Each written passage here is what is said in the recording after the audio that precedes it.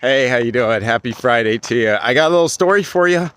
Here's a little story from about 9 years ago when I decided it's getting a little cold up here in Minnesota. I think it would be a great idea to, with about 50 bucks in my pocket, hitchhike my ass out to Hollywood, California to go, I don't know, become a star. Just, hey, I'm here. Put me in some movies. Anybody got something for me to do? I was doing some stand-up comedy at the time. It was some good stuff, but I never really, it was the execution that I was always lacking, the work, putting in the work. I'd just get up there and I'd start rapping, and I didn't have stuff prepared very well. But anyway, I thought it would be a good idea to just get out to California, get out to Hollywood, and just be like, I'm here, put me in some stuff. And so, anyhow, I hitchhiked to put on I had like 50 bucks. I hitchhiked from Minnesota to California. It took me about 6 days to get to California, and I will spare you a whole lot of the let's just put it this way. I got dropped off on every Martin Luther King Jr. Boulevard from here to freaking California, okay? Just like, how about we let you off here? Oh, perfect. It'd be like pawn shop, gun store, check cashing store, bus station. Perfect. Awesome. Middle of the night, some weird ass places. Like, there was one spot on the way there that it was it Kansas City, Missouri? It was like in Kansas. I was in Missouri. It was like Kansas City. It was on like in 2 different states or something. It was just confusing. I got dropped off on like the side of the highway on like overpass in the middle of like whatever. Very funny. So I got picked up by some weird people too. Anyway, it was like very Pee-wee's Big Adventure type of deal.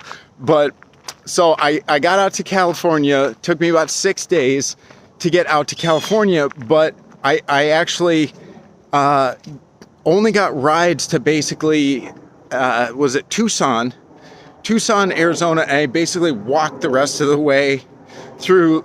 It was like 115 degrees walking on the side of the highway all the way to this little town in the middle, right on the border there, called Blythe, California. Just a little podunk town in the middle of a desert.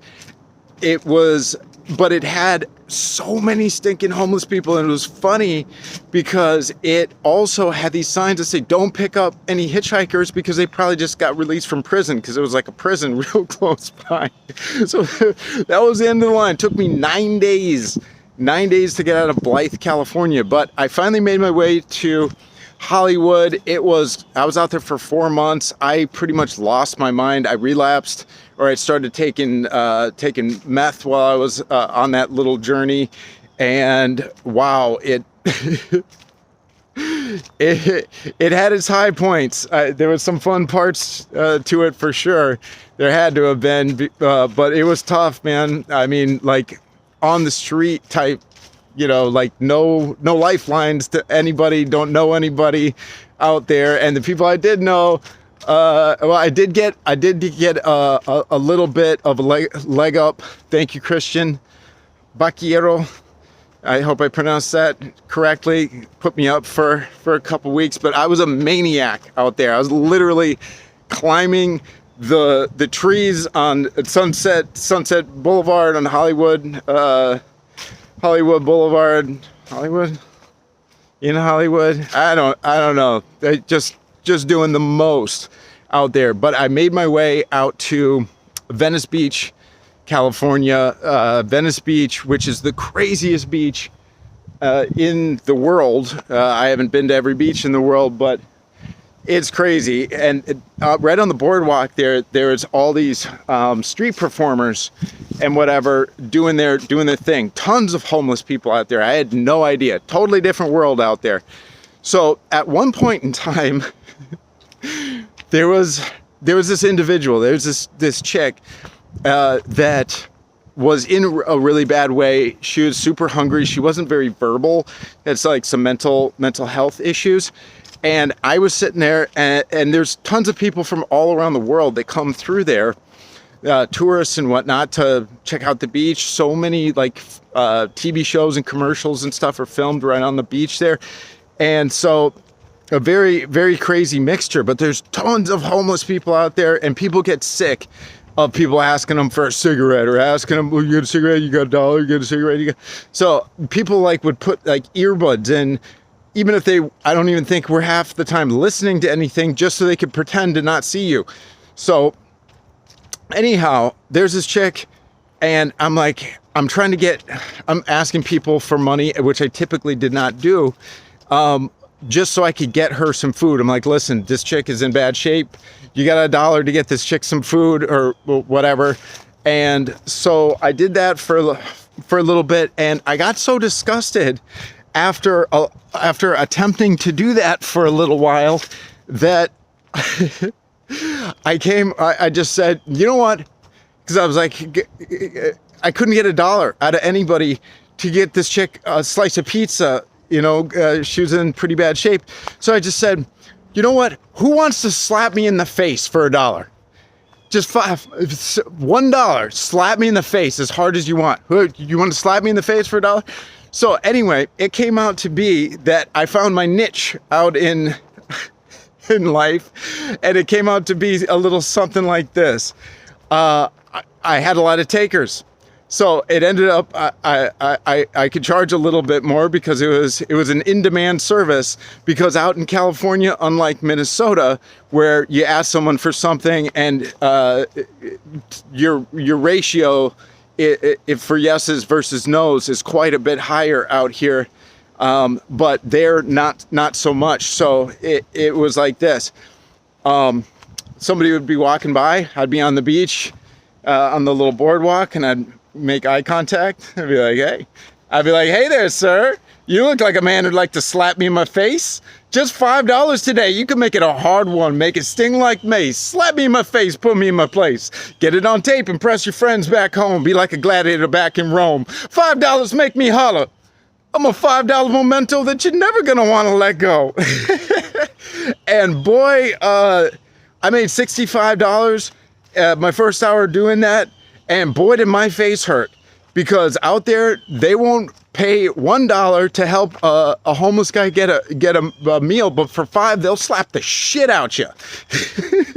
So that's how I ended up making my mark out there and making my way, is being the $5. I had a sign made that said, slap a white guy in the face, just $5. And people would come by and literally just unload, dude. Just unload. So Nick, that's for you. I just wanted to shout out to you. Be like, it's a $5 slap, not a permanent handicap.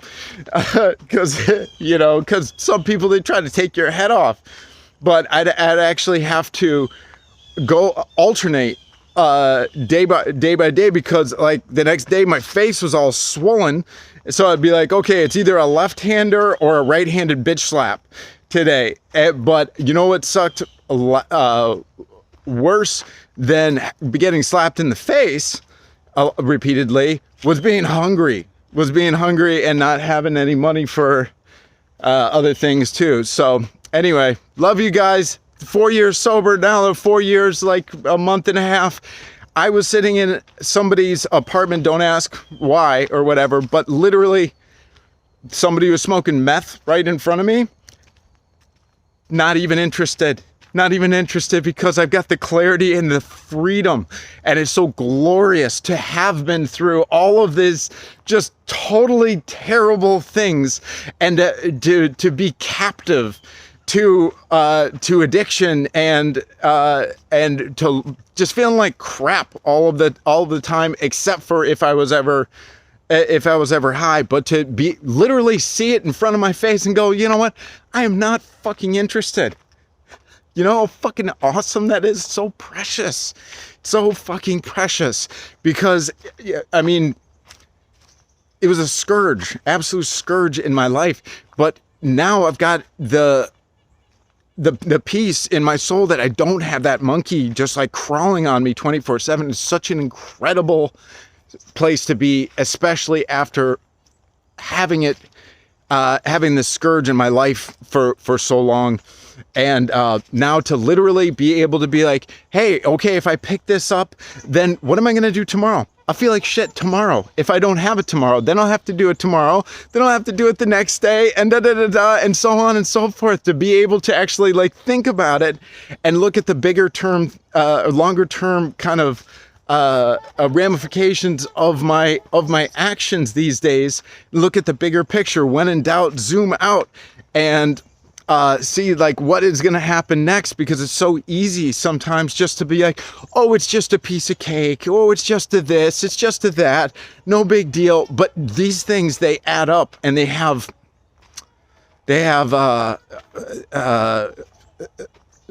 effects, compounding effects in our life. So to zoom out, look at the big picture. Anyway, it's a joyous day. Life is gorgeous. I'm here taking a walk. I'm taking a walk today after spending some good time with some good people, and life is so good. And this stuff is available. It's available. I was a mess. I was a fucking mess for so long, but simply by putting in the work to change some of the just little things so you can feel good, so you don't have to rely on chemicals and substances to feel good. You can feel good naturally just by treating yourself good. And yeah, man. Anyway, life is great. Have a great weekend. I love you guys. Bye.